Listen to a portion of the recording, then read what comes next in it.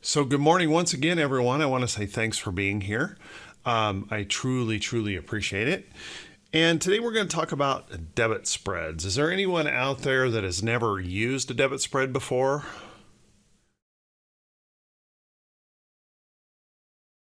Okay, all right. So a few.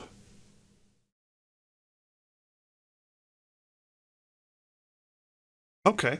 Debit spreads can be a really great tool to have in your toolbox, just kind of like the credit spreads. One of the things that gets talked about a lot is you'll go to one website or another, and they'll try to tell you that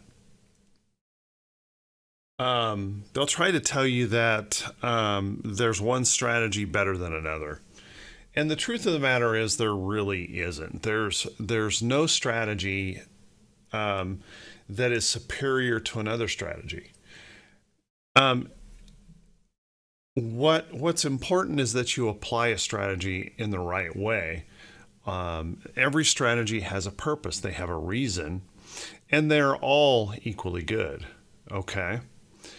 Um, you just have to know how to apply them. And I might do this just a little bit differently than other folks, but it's just learned experiences and things on how I do it. So we're going to cover my rules. You can decide if you like those rules or not and do something differently. But this is the way I trade debit spreads. And first off, let's jump in and let's explain what the heck a debit spread is. So a bull call debit spread is obviously an option strategy that requires a bullish directional assumption.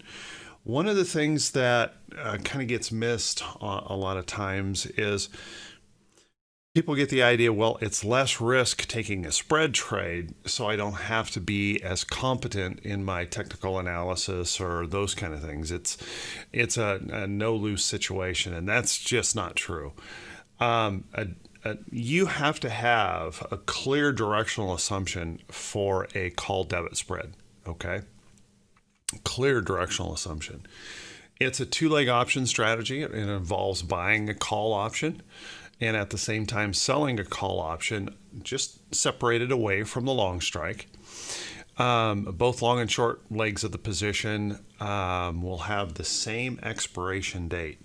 And that's kind of important to understand. What you'll often see me do is leg into a debit spread, but essentially what I'm doing is I'm trading a calendar spread at that point. Anytime you have the difference in the months, okay, separated, it turns into a calendar spread, or what you'll hear people call a diagonal. So the true debit spread requires both the long and short contracts to be within the same series, the same month, or strike series that you're trading. And the strategy is designed to reduce the overall risk of the trade, because what it does is it's a hedge to delta. Okay, so it slows down the delta. And it's a hedge to theta. It slows down the theta. Essentially, the short call that you have here in a trade caps the risk of the trade, but it also caps the potential profit. Okay, so the strategy has limited risk, limited reward. Okay, it's naturally hedged, and a calendar spread is considered a debit spread. A calendar spread can be a debit spread. But when it's in two separate months, they differentiate it by, instead of just calling it straight debit spread, they call it a calendar spread. Okay. But it can be set up as a debit spread. Yes, absolutely. Okay. So let's take a look at what they look like in the construction of these. What you're going to find kind of interesting in this, if you guys remember, the bear call credit spread, on a risk profile chart looks identical.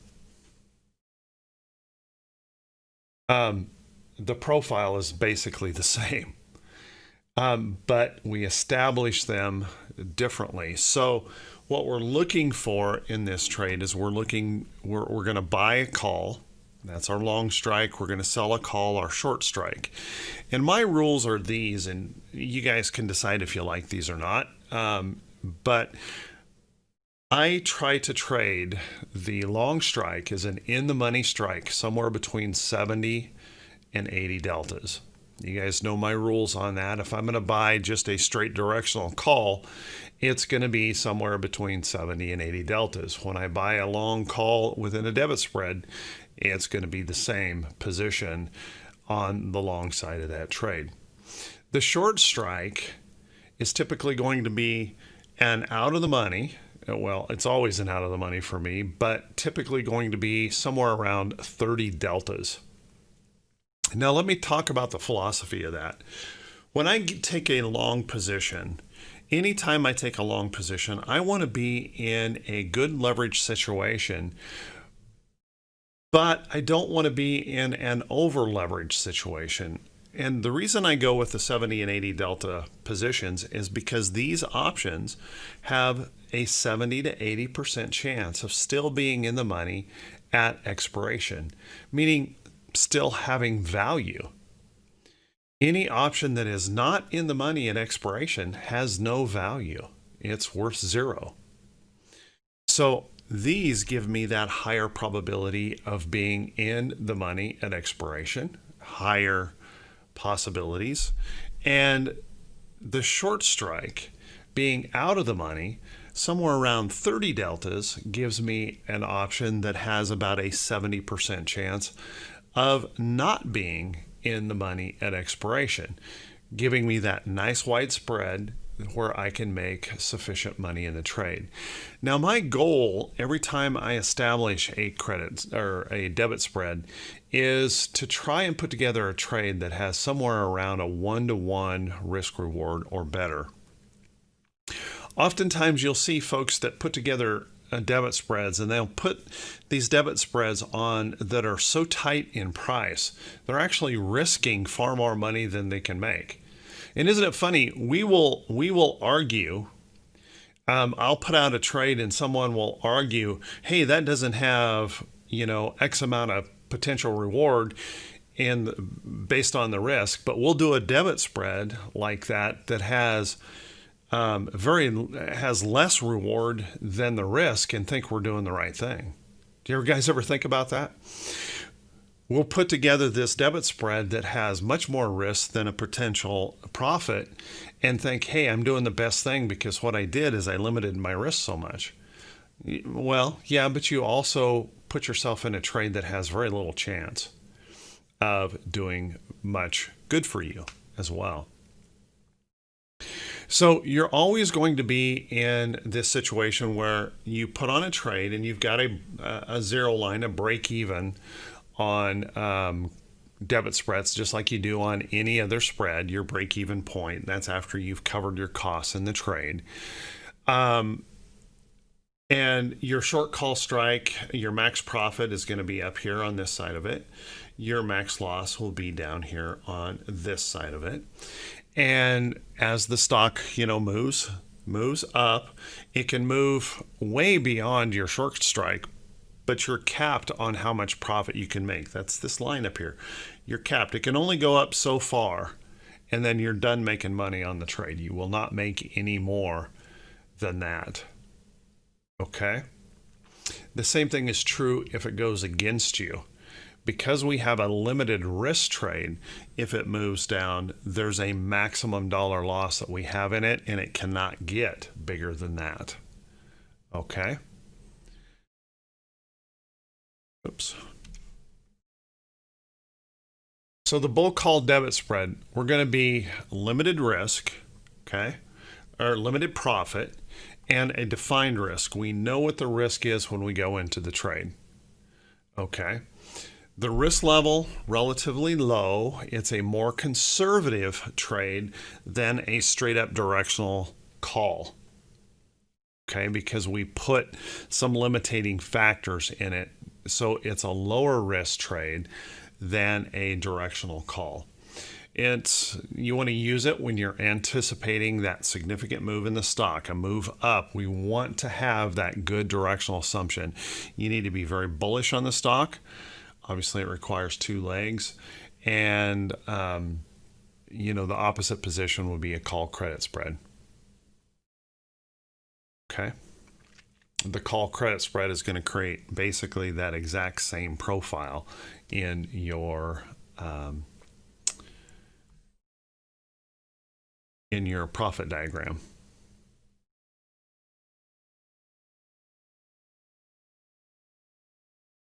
Well, typically I'm going to be closing them. I usually don't wait till expiration. And the reason is if the trade moved, in my direction like I wanted it to, remember, if we wait till expiration, even our long call's losing money because of theta decay, right? Anytime there's time prior to expiration, theta is decaying against us in this trade. Okay. So if I've kind of reached that maximum, I'm usually not going to wait for theta to decay out of this trade. I'm going to just close the trade. Does that make sense? You might as well sell back that time to someone else. Sell back that time. You don't need it anymore. Take that profit. Okay. So your setup in here, your maximum profit, you just take the width of the strikes minus the premium, what you paid, your debit on the trade, and that determines your maximum profit. Okay. Maximum loss on the trade is the premium that you spend. It's just kind of like the long call. If you buy a $4 long call, your max risk is $400. If you buy a call debit spread with a $4 premium, your max risk is $4. Okay, so you have a limited or a defined risk in the trade. But also you have a defined limited profit. So pros on the trade is the limited risk. It has a hedging aspect for volatility. One of the things that makes the debit spread really, or to me, more viable is trading them in a way to hedge volatility or to hedge that theta. A lot of people think of a debit spread is they look at a chart and they look at an option, and the option is it's $25 a share to buy the option, and they say, well, I can't afford that. And what a lot of places are teaching is that, well, if you can't afford it, then the thing to do is to use a debit spread. And we try to pick up, let's say we pick up $15 by selling an option. So now our trade in here is obviously we've got $10 at risk on the trade, which is great. Okay. But what they're doing really is they're taking a trade they couldn't afford initially. And here's what I would suggest, guys. If you look at an option contract and you say, hey, that $25 option contract, it's too much, I can't afford that, then you really should walk away even from a debit spread on these trades. Because what happens here is people are over trading them. Anybody ever got in a debit spread, saw the losses were much bigger than you expected?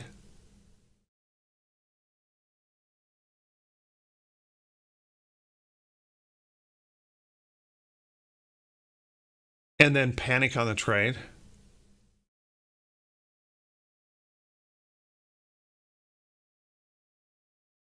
And then you're in trouble, right? So you really shouldn't take any trade that is beyond your reach, beyond your risk tolerance to begin with. Because if you wouldn't do it normally, why try to manipulate something to make it palatable? What you're probably going to do is put yourself into a trade that provides more risk than a potential return, trying to lower the cost enough to make it palatable for you, and now you're in a bad trade. Okay. Cons of these is they have limited profit. If you're doing the directional analysis anyway, if you're doing the analysis overall, you're putting on a trade where you know you're capping your profit potential in the trade. The other con is your directional assumption has to be right. Timing is just as important on debit spreads as it is on anything else. Now, one thing that is nice is you do have a little bit of a break on these because the short strike actually hedges the theta, so you don't have as much damage to your theta. Yes, you want to always have a stop loss, Tom. Absolutely. You want to have a stop loss, but you have to think about how you're going to put that trade together, okay? And I'll show you the way I do that here once we finish these slides. Okay. Seems like you're putting these two things, you're really just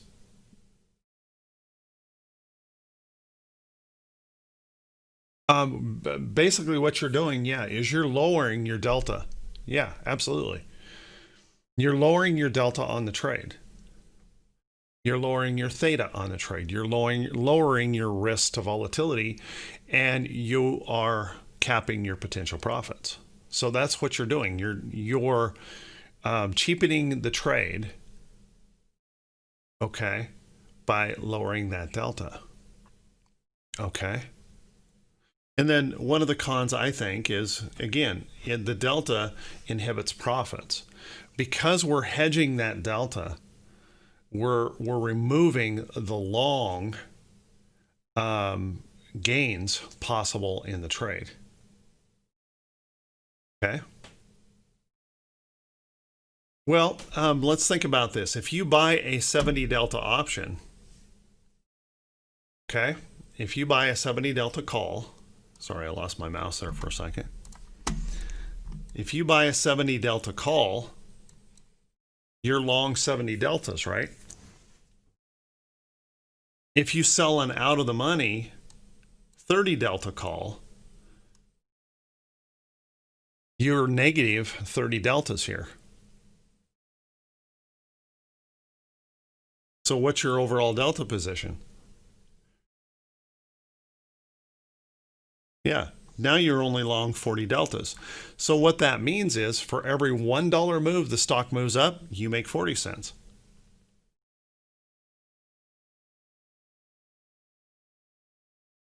Okay. So you've changed the profile of the trade. So it's a plus, it's a pro because it lowers the risk of the trade, but it's also a con because you're doing the work for the directional trade, but you're limiting your potential growth in the trade. Okay. Now the opposite side is the bear put debit spread. They're essentially the same in the sense that we buy a long put that's somewhere between 70 and 80 deltas, and then we buy or sell an out of the money put somewhere around 30 deltas. And the whole idea is, once again, designed to lower that delta, that theta in the trade, and try to offset some of the risk. Now, I will tell you, in a put debit spread, the put debit spread really kind of makes a little more sense, because one of the great features in a debit spread is the offsetting of volatility. Okay, and we know when a stock falls, it tends to have more volatility, right? So the put debit spread actually has a little bit more, at least in my book, a little bit more validity, because it helps us balance volatility a little bit better, and can help us in that real choppy move that sometimes occurs when a stock moves lower. So in this position, we buy one long put, we buy or sell one out of the money put. And here's my rules again. I'm doing an in the money 70 to 80 deltas. And that, of course, on a put is going to be a negative delta. And a short out of the money 30 delta. And again, I'm trying to reach that 1-to-1 or better in the trade to try and establish that good setup position. And the idea of this is the stock moves lower. Your stock price might be right in here, and the stock moves lower. And we have a maximum profit. This is the max that we can make, and that happens to be the amount, the difference between the strikes and the amount you paid on the trade. And it also has, if the stock moves up against you, a maximum loss or a limited loss on the way up. Okay? So we have that defined risk, defined loss. We have a relatively low trade setup. It's more conservative than buying a straight put. Okay, you have to be bearish on the trade. You just have to have that directional assumption that's bearish. Okay, and what I kind of put in here is if you feel that it's just too risky going with the directional put, that would be one of the reasons to consider the debit spread. So max profit here on this trade, again, it's the width of strikes minus the premium that you spend. And your max profit is your premium spent. Okay, or your max loss, premium spent. And basically, you've got the same pros and cons in these trades.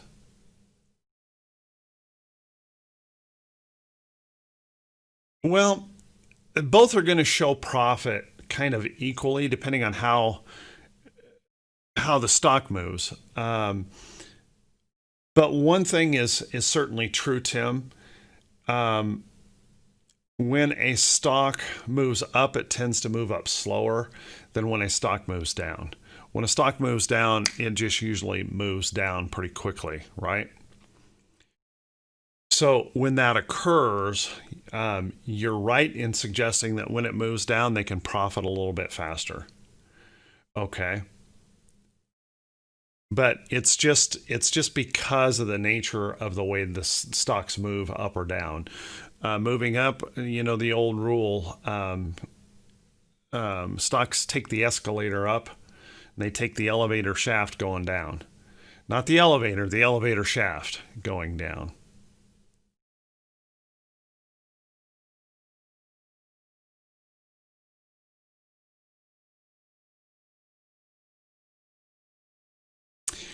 Steve, yeah, that's the way I trade them. I leg into my debit spreads. Okay. And it's really because I don't want to limit my profit in the trade too quickly. All right. And so that's what I teach all the time is I usually sell my short strike after I get movement in the stock, the directional movement that I was expecting. Then I look at selling my short strike. That way, that gives me a larger spread and usually gives me more money in the short call that I sell. I get a better trade when I do that. Okay, but we'll talk about that here in just a second. So here in these, what we're doing is we're hedging that theta decay, but I want everyone to understand very clearly that theta is working against a debit spread. No matter what you do here on this, you have a theta element that's working against you. So one of the really important things, and one of the things that I see a lot of people making mistakes with on debit spreads, is they actually put themselves in a situation where they take too short a time frame. Okay? You see, it's just like any call trade. Timing is important, but how many in here could say that you're always right on the direction and the timing? I can tell you after 30 years of trading, I am rarely exactly right on direction and timing. Okay, I might get one of them right, but I rarely am going to make both of those right. So I want to give myself enough time for the expected move. Otherwise, I end up hurting myself because of the rapid rate of theta decay.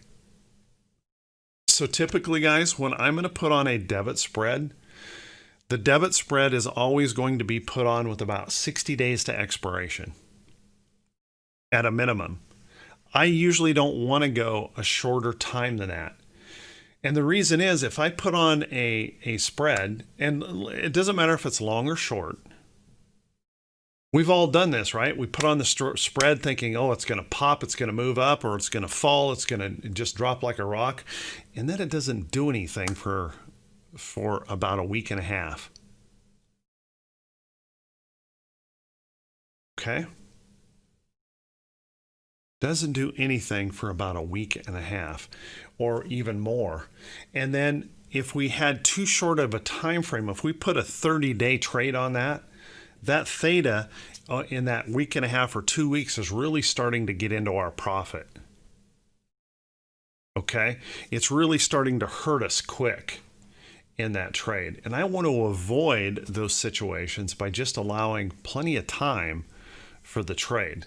Okay? So I would rather spend a little bit more money buying more time and have less effect in the theta, give myself that period around 30 days before that theta really starts to become a problem for me. The other part of it is if it just takes off and goes, I want to give it enough time to be able to get where I want it to go. Okay? So I never want to try and put on those really, really fast debit spreads because I'm just rarely perfectly right on timing and direction. Okay, hope that makes some sense. So that's the end of these slides. Let's take a look. At what a debit spread might look like as we set them up. If we take a look, anybody, give me a stock. Somebody who's interested in a stock, something that might be a little bit more expensive. Anybody have something out there? Roku. Let's take a look at, NVIDIA. I like that NVIDIA because it's actually in a buy point. Roku, not so much. Roku's already stretched out. So if we take a look at NVIDIA is kind of in this consolidating, a little bit more of a buy point, right? Then, if we take a look at Roku's already stretched out. So we've missed this trade, in my opinion, already. We need a rest or pullback to set up this trade. All right. So let's take a look at NVIDIA. What would NVIDIA spread look like? Well, we're looking for a bullish spread. I'm assuming everyone is bullish on this. So we're going to look at NVIDIA. We're going to come out here. Obviously, the July is too short. Not enough time. So I'm going to be looking in this August contract. And I'm going to come in here and I'm going to try and pick up something. We don't have really very good open interest in here. So please keep in mind the open interest should be better than what we're showing here. I would probably avoid this trade just based on the open interest. But if I came in here and I bought this contract, obviously that's a pretty expensive trade to be taking, right? We've got 52% implied volatility on this option. Not a lot of folks can afford to take that trade. Okay, but if we were to come in here and look for something in the 30 delta range and sell this, all right, we've lowered the cost on that trade. Now we're about 41.25 in the position. Okay, and if I show you the analyze on that trade, if we go to the analyze tab, take a look here. We'll shrink this up so we can see it. There's our trade profile. There's our spread. And if we look, let's see if I can shrink this up a little bit more. If we look on on here, here's our current stock price. And if the stock moves up in our direction, notice we are making money on this trade. The purple line here is if it moved up today. The blue line is expiration. So at expiration, this is our max profit. No matter how high the stock goes up here, notice that there's no more profit that we can make. I can't make anything more. If the stock falls, we're losing money on the trade, but notice we cannot lose more than that $41.25 per share. That's our maximum loss on the trade. Okay, so that would be our risk in the position. Now, just because we put this trade on, it has a limited risk setup. Does that mean we don't plan a stop loss in this? Heck no. Okay, so if I were going to get into this trade, I need to plan a stop loss in this position, and I'd probably be underneath that little level of support right there. That's where my stop loss would be. And if the stock reversed and fell through here, I'd be out of the trade. Okay. Does that make sense? So you can manage these the same way, and you can close both legs of that trade with a stop loss. Yes, your max loss is what you paid for the trade. Just like a call option. Okay, all we're doing is hedging a call option here.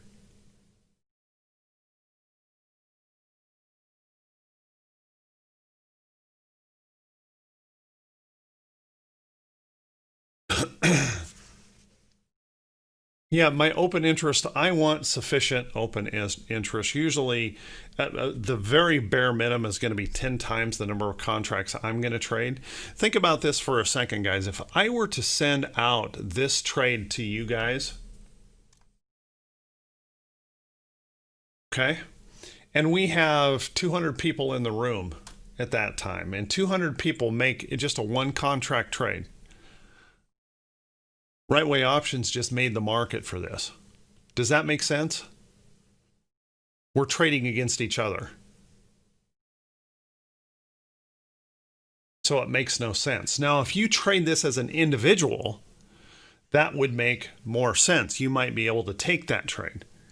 All right. But if we trade this as a group, if I send that out, all of a sudden, we're just trading against each other. Okay.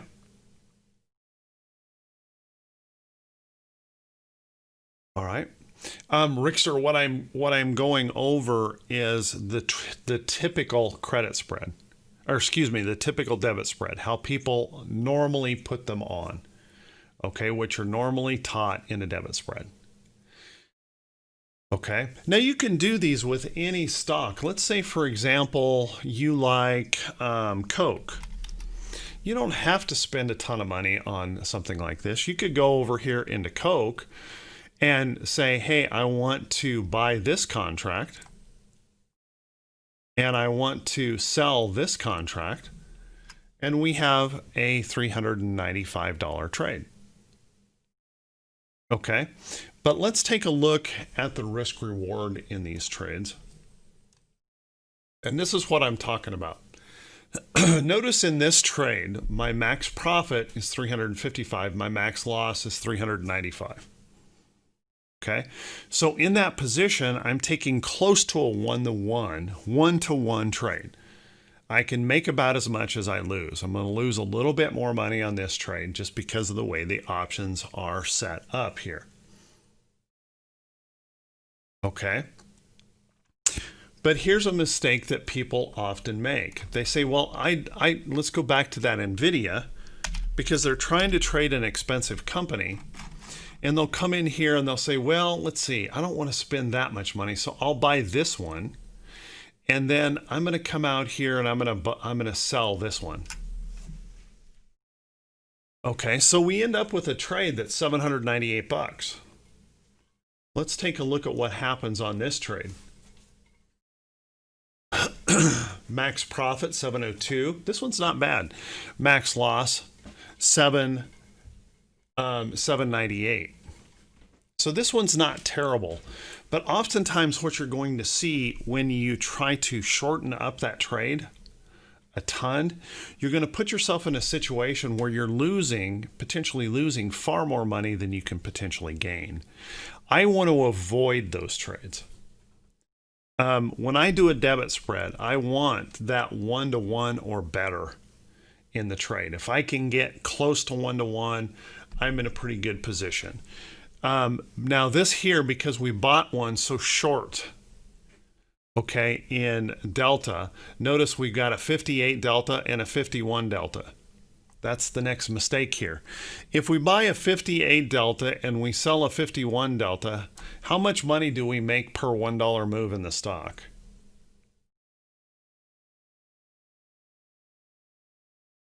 Yeah, 7 cents. I'm not taking that trade. Does that make sense, guys? Actually, you're making, yeah, 7 cents. I'm not taking that trade. Why would I take that much risk to make 7 cents for every dollar the stock moves? So that's another major mistake that people make in these. They don't give themselves an opportunity to make much money. Even if they bought one in the money here, we buy that 70 delta option. If we foreshorten this too much, if we come in here and say, I just can't take that much risk in the trade, I want to close this trade up a lot. So we sell one to bring that cost down to 20 bucks. If we look at our delta in that trade, what are we making on that trade delta wise?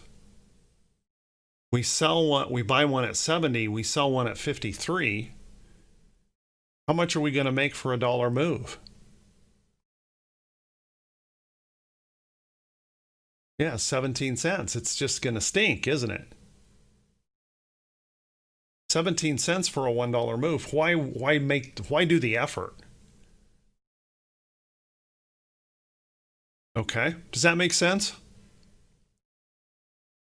Now what's nice here is even because we have a high volatility stock, one of the advantages in these trades, if we notice, if I sell this one or buy this one, I've got a 23 theta decay. It's decaying by 23 cents a day.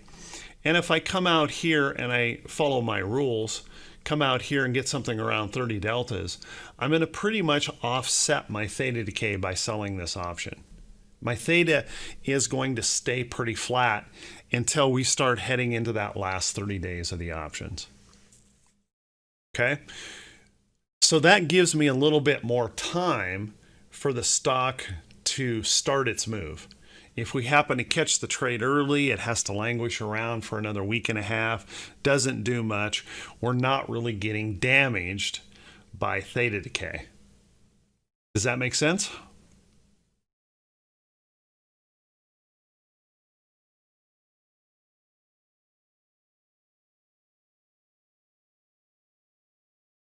This is a debit spread, Yuri. This is not a credit spread. This is a debit spread. You don't want to confuse the two. They are two completely different animals with two completely different sets of rules.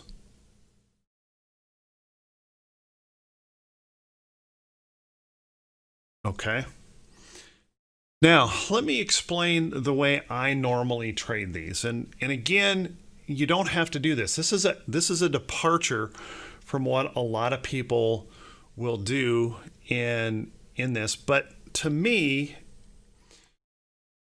would you guys agree everything we do is based on price action? You know, we get all caught up in the details of the option strategies, but if we lose ourselves in that option strategy and forget about the price action of the chart, we're hurting ourselves. Price action is king. Price is the most important thing in a trade. Yep, price is always the priority. So if I'm looking at, let's say, guys, I've been looking at this XLE. Okay, no trade here right now, but let's say this was a bullish signal here. We were looking at getting into XLE, but we just really don't feel like we're comfortable going full directionally long in the trade. Well, what I would tend to do on a trade like that is I'm going to look at, I want a good quality entry signal for a trade. And then I'm going to go out here about 60 days and I'm going to look for a good strong option and I'm going to buy that option.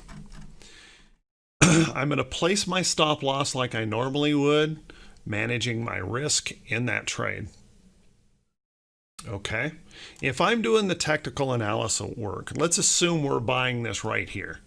Okay. If I'm doing the technical analysis work, I want to let the trade work for me. Okay, put my stop loss in, everything is good. I'm usually then going to let that take its time to move up. If it can move up, I might be approaching a resistance or it's just moved up substantially in the trade. Then I'm going to come over and I'm going to sell the call option. I'm going to leg into the debit spread. Okay, because if this moves up in my direction, okay, this option here gets deeper in the money, right?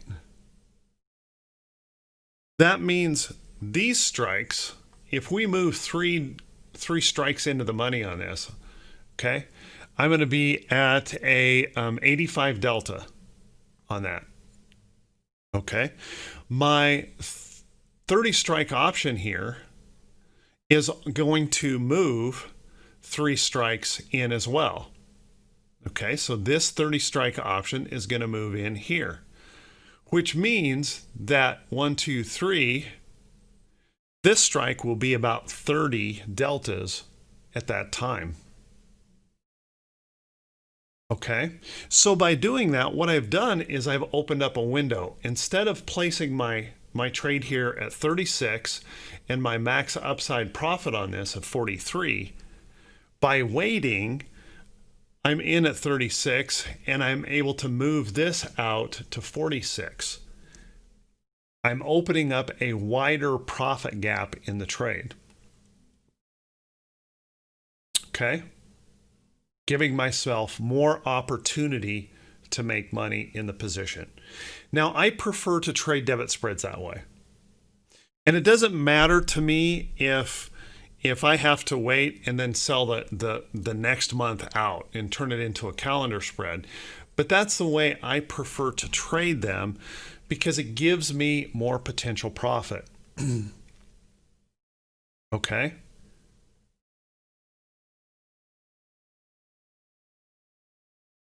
Yes, you're certain, and that's one of the reasons why, Christo, that's one of the reasons why I want to wait for that stock to move up initially. I don't want to cap my profits too soon.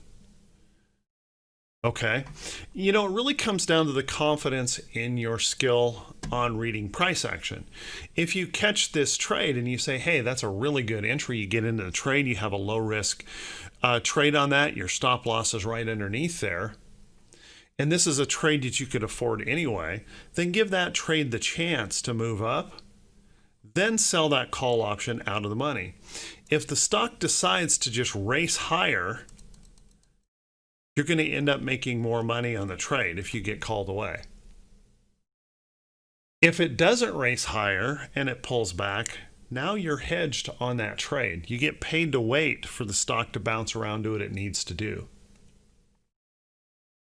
That's why I typically wait to enter the actual debit spread or to sell a call against the position. Absolutely, Tom. The price action of the chart should always be brought into consideration for every single trade.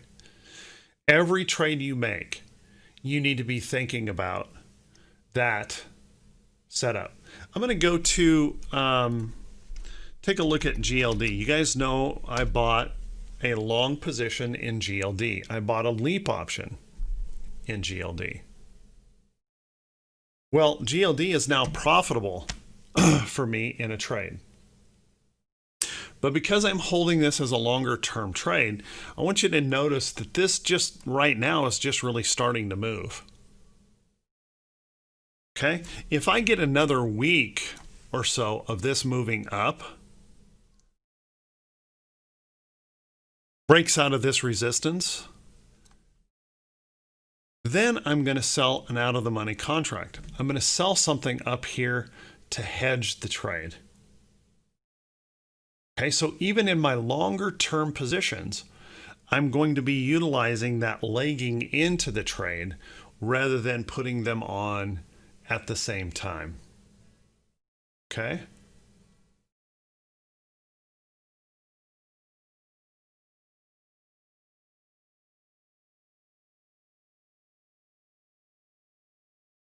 You would not wait. No, I'm never naked, Steve.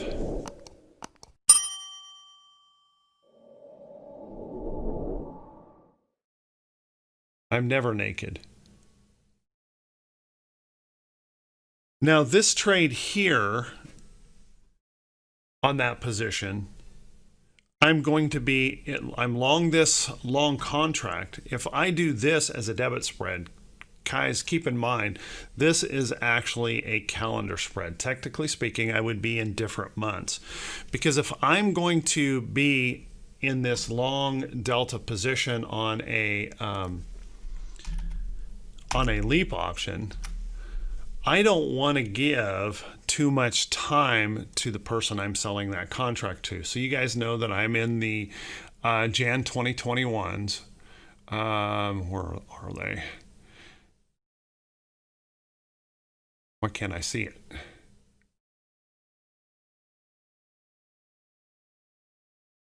Why can't I see it? There they are. I'm lost.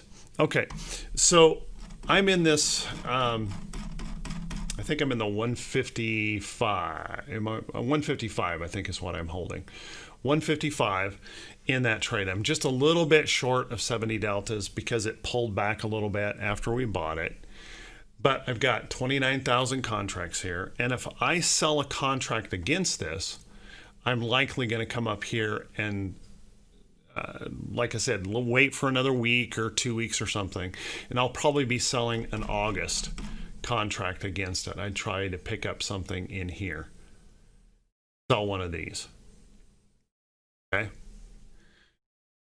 And the reason is because I want the higher theta decay on these contracts on that trade. So it's going to be more of a calendar spread. But in all intents and purposes, it's a debit spread just in separate months. So I don't do any naked call selling. I don't do any naked put selling.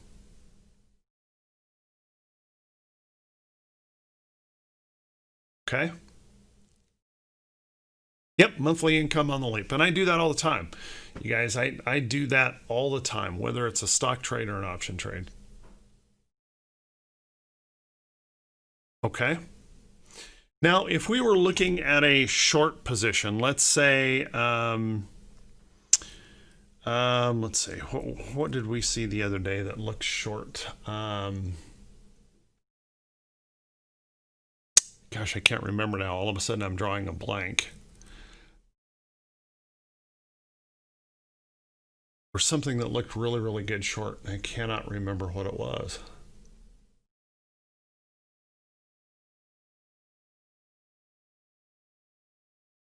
Boot. Was it Boot?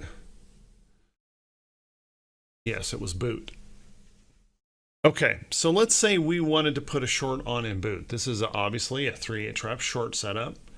Bearish engulfing candle. We're thinking about a put trade on this. So we come over here to Boot. And the options here, I can tell you already stink. 99%, 91% implied volatility, and very few option choices here. But if we go over here, let's just say that it's got good open interest. It doesn't, but let's say that it does. And I'm looking for a put trade in this position. Look at this. This is nuts. They won't even give me a 70 delta option. Oh, yeah, they do. Sorry. I've got a 79 delta here. Terrible bid-ask spread. So, and terrible open interest. But I would be buying something like this. And I would be selling something probably right here in that trade. Notice in this trade, max profit 490, max loss 760. That would be enough to tell me I don't want this trade at all.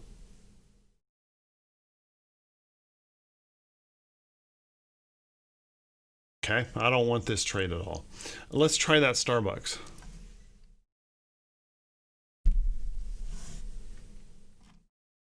So I'm going to come over here. I'm going to look for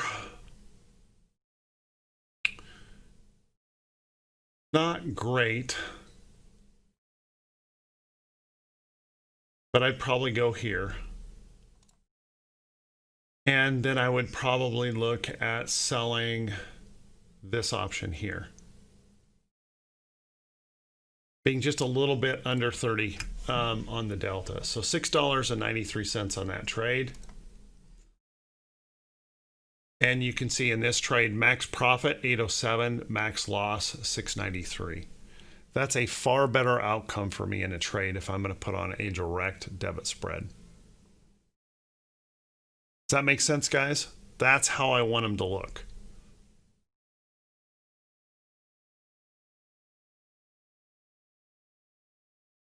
It all depends on how the price moves, Tim. You can close them anytime you want. You know this, that if the trade moves in your direction and you've got money in it, close it. You're not going to go broke,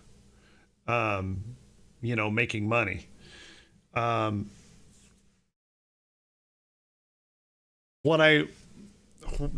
common question I normally get is, after it reaches that max profit area, should I take the profit off? And I usually say yes. I'm not going to wait for theta to continue to decay in those.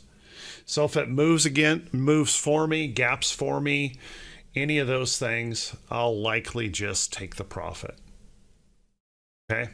Did my job, put money in my account, and that's what I'm here to do. I'm not here to be right. I'm not here to pick the perfect trade. I'm not here to, squeeze every cent out of every trade. I want to make consistent gains.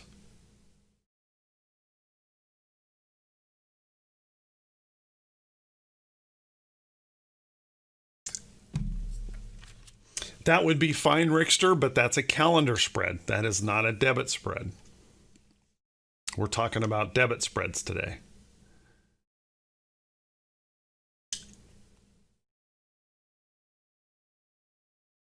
Okay. So you can certainly do that. There's no rule that says that you can't do that. But we're talking about debit spreads. Okay. The true debit spread has to be within the same series. All right. The key elements here, guys, is just making sure that you put on a trade that makes sense. That we have a trade that's close to 1-to-1 or better. That we have a trade where the deltas make sense. On this one, we've got a 76 delta that we're long and we're selling a 26. So how much do we make on that? If on a $1 move of the stock?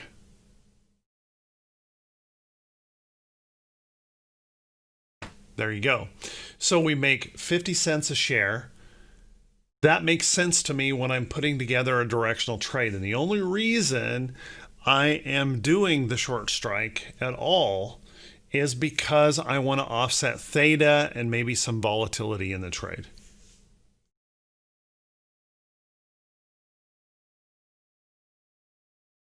Does that make some sense?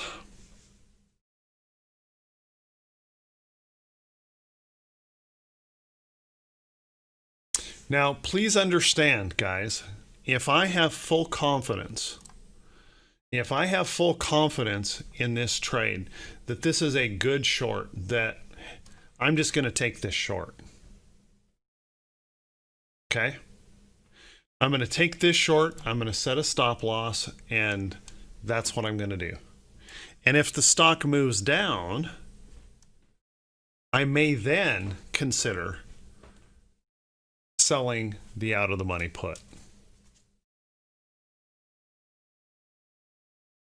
Okay? Yes, you can do debit spreads easily in IRA accounts and qualified accounts. Yep, as well as credit spreads. It does require margin.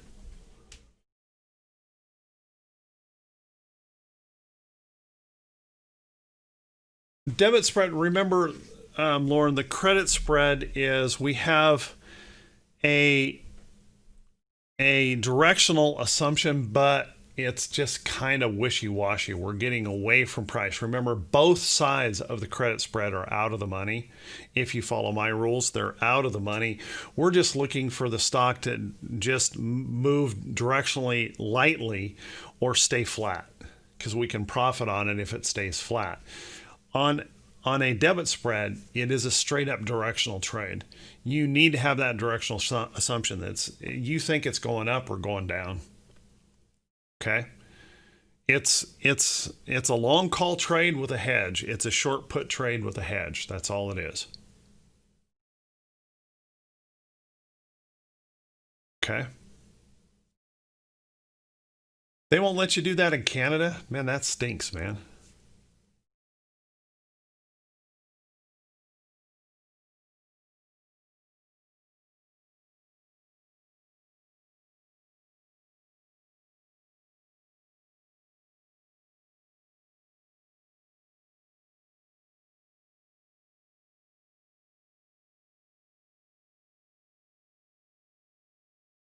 If I understand your question right, Craig, you're long the stock, but you're also long. You also have a debit spread on the trade.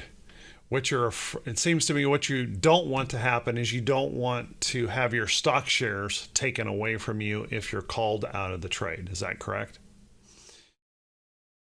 Yeah. And in that situation, the broker's probably going to, if it's a debit spread within, and you want to call your broker on this, okay? Don't take my word for this, call your broker.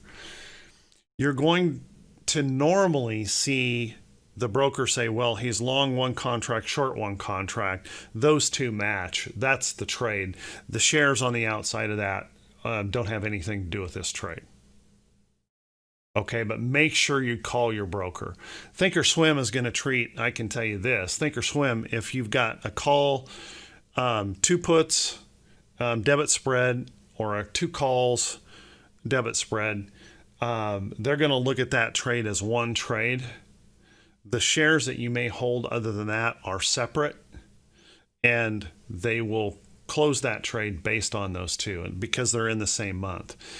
It gets a little bit more complicated when it's a calendar, because then the brokerage firm can't quite determine what you're trying to do there. And so what will happen is you'll get a margin call, and they'll want you to repair this situation. What do you want to do? Do you want to give them your shares? Do you want to exercise your contract?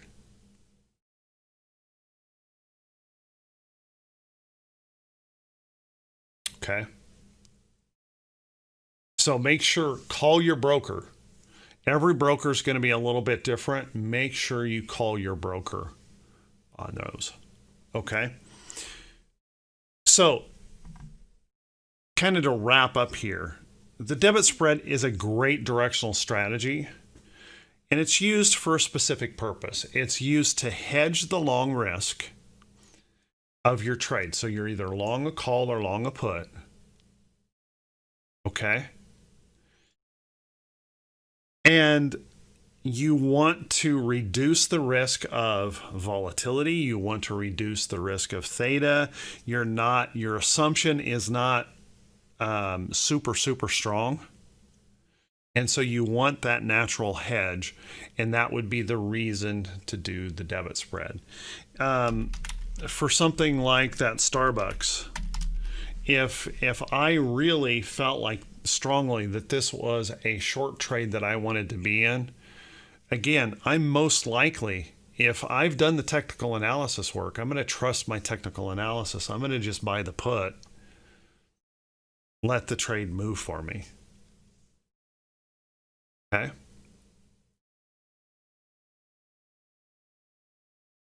And not necessarily, Jojo, because they both have reasons. They both have that volatility aspect. It's not necessarily one or the other. You can use the debit spread to hedge volatility the same way you're using the credit spread as a volatility hedge. Okay.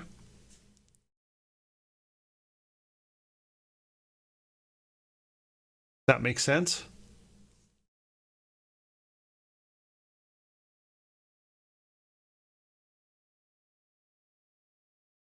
Now we're going to continue this series kind of like this, where we're talking about credit spreads, debit spreads. I want to move on and create these little videos on a lot of these strategies, because there's lots of different aspects and they kind of all fit together. Can you guys see how a debit spread is a lot like a calendar spread, just different months? And that a debit spread is an awful lot like a what I call a fig leaf, where we have a leap option and a short strike against it. They're a lot like that. It's really it's a calendar, or that fig leaf. So they have lots of different reasons or ways that you can trade around them, and everyone has to study each strategy, and remember, they all have a purpose. There's not one better than the other. And I know there's folks probably in here right now. Can't you just tell me what's the best strategy out there? And I can't, because they all have a purpose. They all have a particular time when they're really good to be able to use. And you have to decide what's right for you. Okay?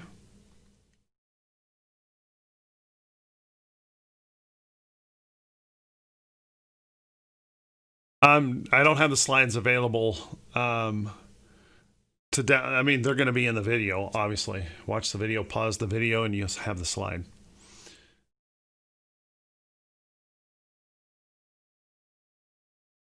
Okay.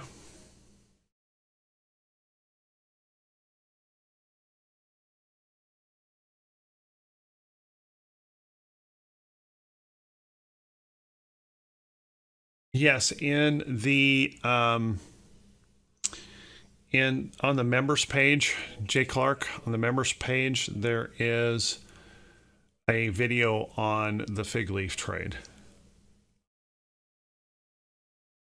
There's also videos in there on butterflies and ratio spreads and all kinds of stuff.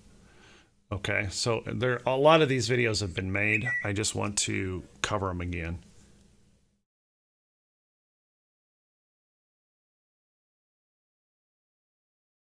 All right. Now, keep in mind, guys, it's just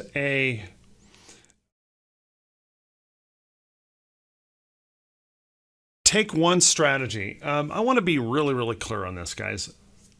Even though I'm teaching credit spreads and debit spreads, do you ever have to trade them? No, you never have to trade them, ever. You don't have to know anything about them, really, if you don't want to. Okay? If we believe that price action follows these same basic rules over and over and over, we trend like this, we can just do simple calls and puts and be just fine. Okay? We don't have to get fancy. And there's folks out there that want to, impress you with their brain that they know all of these things and they know every aspect and they can tweak it and they can, do all of this stuff with volatility. But the fact is, a lot of those people don't make money. They spend all of their time geeking out on the details of options rather than actually just trading the stinking chart. Yeah, Rick couldn't tell you, he even if he wanted to, he couldn't explain the debit spread or the credit spread, why theta does what it does, why delta does what it does, why volatility does what it does. But that hasn't stopped Rick from making money, right? Rick trades the chart, and that is the most important thing. Okay? Focus on the chart. Apply a strategy to that chart that you like, that you prefer, once you understand that strategy. Okay? But it's all about the price action of the chart. All of these strategies have a purpose, have a reason, have a use. But be careful not to get yourself so overcomplicated or geek out too much on options, because you can spend all of your time just geeking out on this and tweaking this and, oh, my row is this, and pretty soon you get down to something, you're never making any trades. You're trying to impress everybody with your brain, but it's not making you any money. So focus on the price action of the chart. Make sure you apply the strategy to the chart that makes the most sense for you.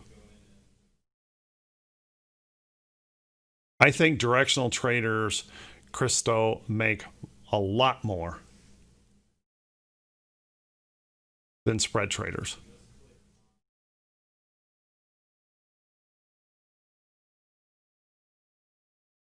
Okay. Now, I say that with the background of saying, if they do good technical analysis, trade a set of rules, trade a set of guidelines. Okay? You can take any great strategy and lose a ton of money with it if you don't do it properly. Right? So I can't just apply a simple answer to that and say that, hey, this is the best. It all depends on you as a trader.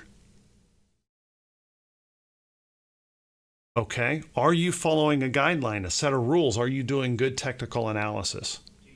If you're doing good technical analysis and following the price action and just buying long calls and long puts, you can do great. Okay? But if you prefer the debit spread, as long as you're doing good technical analysis, you can do call debit spreads and put debit spreads and make great money. Okay? Trading that directional movement of the chart. All right? I trade calendars all the time, GP. I was explaining that in here. I trade calendars all the time, where I let the stock move and then I'm selling out of the money options in a different month. All the time. All the time.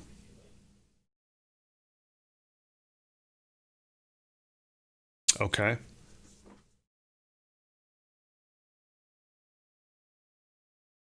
That's exactly right. You apply a strategy to the chart, not the other way around. People will geek out about the strategy and forget that the most important thing is, what is the price of the chart doing? Okay? Apply the strategy that you prefer to the chart price action. Okay? All right, guys. Want to say thank you for being here today. I appreciate it a ton. I'm going to take off and go hike with my son. Have a birthday day. That sounds fun for me. And kind of chill out for the day. I was originally planning to work. So thank you, guys. Hey, I want to wish everyone out there happy Father's Day. Thanks for being here. By the way, Donna, you guys, some of you know her, some of you might not. She works in the background here for us, takes care of all of our scheduling. Happens to be her birthday as well. So if you see her pop in anyway, wish her a happy birthday. Everyone, take care. Thank you guys for all the birthday wishes. I appreciate it. I will get this video put together as soon as I can. I still haven't got the credit spread finished up. I'll get the debit spread done as well, and we'll get that posted as soon as possible. And I'll let you guys know when it's posted out there. All right. Everyone, take care of yourselves. Have a great weekend. Be safe. All right. And we'll see you all bright and early Monday morning. Thank you, guys.